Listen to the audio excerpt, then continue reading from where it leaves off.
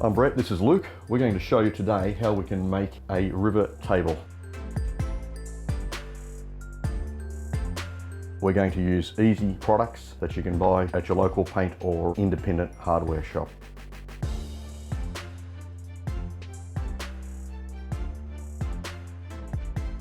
We've started to prepare a jig.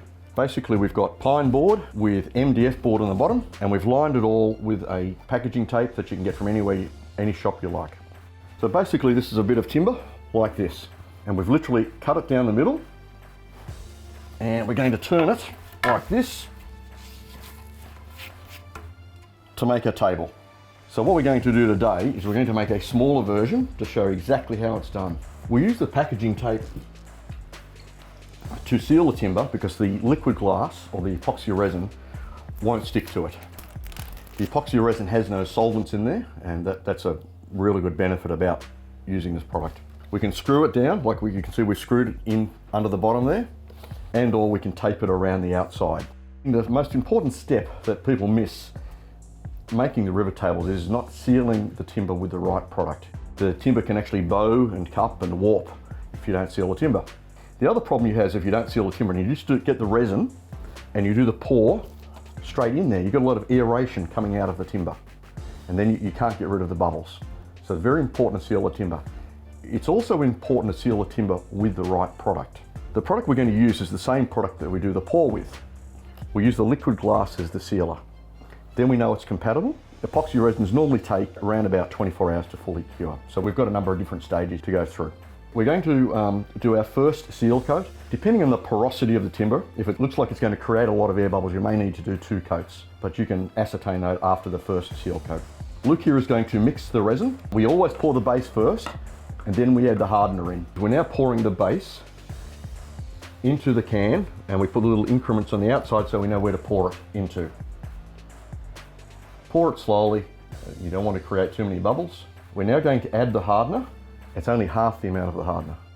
Luke is now going to stir the product. The idea is to keep stirring it until the resin becomes totally clear, which can take 3 or 4 minutes of stirring for the streaks to totally dissipate. We talk about induction times or waiting times. With epoxy resins, how they work is when Luke poured that hardener into the base, they actually hate each other, and so they're moving apart, and that's what's causing the heat. They keep moving apart until it generates enough heat for them to bind together, and that's how epoxy resins work. But the smaller the mass, the longer it takes for that heat to generate. We're putting the sealer coat on now, just with a cheap throwaway brush, and this will stop a lot of the aeration coming out of the timber when we do the big pour, and it'll also stop the timber from warping and cupping on those hot days. We're now doing the main pour, or a pour, into the jig. So Luke's going to pour it into here. The liquid glass is basically a filler. Okay, so we're going to fill all the irregularities in the surface. So Luke's poured the base in here. Now we're going to add the colorant. Again, must shake it every time you use the colorant, no matter what it is. Shake the bottle first before you pour it. We always pour it into the base first so you get your color right, because if you just go pour your hardener in, your working time's cut down. So we're just going to stir it slowly. Once we're happy with the color, then we're going to add the hardener and then stir it in again.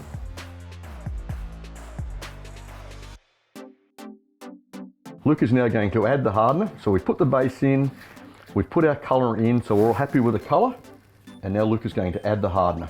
So again, pour it in slowly and stir it slowly, and then we're going to wait that induction time again before we pour it. All the induction times, waiting times, all this information is on our website. We don't like pouring more than 20-25 mils at a time. I've seen big pours done and that can create a lot of problems. If you do, you can do multiple pours. You can do 2 or 3 pours, and you actually won't see the difference in the pours. You know, we've got samples here where we've done numerous pours, and some of those are bigger than 25 mil, and you can see it didn't melt the plastic. Because it's better to do small pours than one big pour, and it saves a lot of errors. Before we do the pour, it is important to make sure this is level. If it's not level, then all the resin will go down to one side, okay? Very simple, leveler. So we're going to pour it nice and slowly. So we're going to fill this up just to the level of the timber. We're not going to put it over the whole timber, just to create that river. After we do the initial pour, we're going to need to wait 24 hours until the next stage. We need it to cure before we want to do another pour or even a finish coat. We're trying to get it to the edge of the timber. Like I said, it's just to fill the irregularities in the surface, knot holes, bolt holes, and so forth. So we're trying to get right to the edge of the timber, flush with the timber. If you do happen to get any little air bubbles coming on the surface, you can get rid of them with a heat gun. Don't use a hairdryer. Made that mistake and it blew all the resin out. Just use a heat gun. It removes it fairly quickly.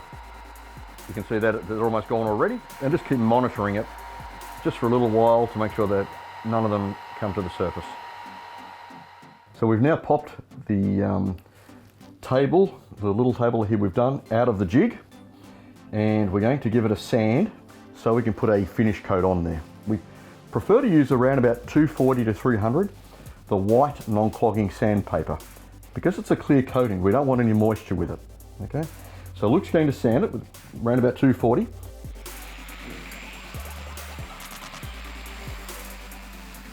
Nice easy strokes while he's sanding it. You can round those edges because they'll be a little sharp after we pop it out of the jig. And don't worry about it, there may be a few scratches there. The clear coating that we're going to use will cover all that. It will go cloudy, and again, don't worry about that. The clear coating will bring it back to full gloss level, or even if you want a satin finish, we can put a satin finish over the top. We definitely wipe the product after every sanding and before any coating with that. It's very, very important. It's 100% ethanol. It does not leave any residue on the surface. If we're to use water or other solvents that contain a lot of oil, then it's going to leave a residue and that's going to hurt the adhesion.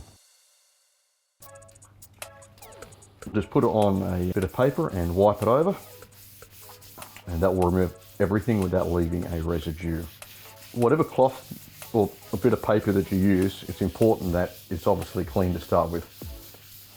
No point in putting it on something that's already dirty and you're just going to smear the oil. Even the oil of a fingerprint can contaminate the surface, and if you put a clear coating over the top, you could actually see your fingerprint. So we don't want to touch the surface until we now put our clear coating on there. The clear coating we're going to put on there is Northane. It's either gloss or if you like, you can have a satin finish. We chose this product because it's chemical resistant. You go drop Jack Daniels on there. Food grade, you drop a Vegemite sandwich on there, you can pick it up, no harm done. You may want to build a nice vanity unit in your bathroom, okay? So therefore you need to clean it with domestic cleaners and you don't want to hurt the surface. Again, chemical resistant, perfect coating for it. The Northane can be brush, rolled or sprayed. We're going to do a demonstration with a brush today. It's a 2-to-1 mix. So basically, this can is filled up to here and this can's only half full. We're going to pour that can into that can. We're going to stir it up and apply it like you would a normal paint. We don't want to overwork the product, just 2 or 3 brush strokes and then walk away. It will self-level. This can here, this has got 333 mils in it. This little can here's got 167 mils in it. So when we top it up, it's 500 mils. So we worked out the mixing ratio for you, ready to go. So Luke's going to pour the hardener into the base and stir it up. Now this is not an epoxy, it's a polyurethane. So it only needs a few minutes for it to work. Epoxies are great for filling, polyurethanes are great for finish coats. Again, this will take still a couple of minutes of stirring, just to make sure it's crystal clear again. And then we're just going to apply it like you would a normal paint. Both of these products can be left underwater. Something like this, the Northane, you can put in fish ponds, won't harm the fish. You can use it in potable water, also in fish tanks.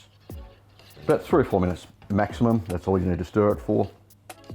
Again, with a flat blade, don't over whisk it, don't whisk it like an egg. We just want nice easy strokes, figure of 8s. So this particular, the Northane, you've got about 4 to 6 hours to work with it. After that, it starts to gel up and it's too late. So now Luke is going to apply the Northane Clear. Just nice easy strokes with a good synthetic brush. And it will self-level, so just nice and easy. So this coating's chemical resistant, food grade, perfect coating for this application if you want to do a bar top vanity unit. We don't want a thick coating on there. polyurethanes, if they're applied too thick, they gas up. Obviously do the edges too, to seal it all up, to make it look uniform. So that's the basic steps how to make a river table.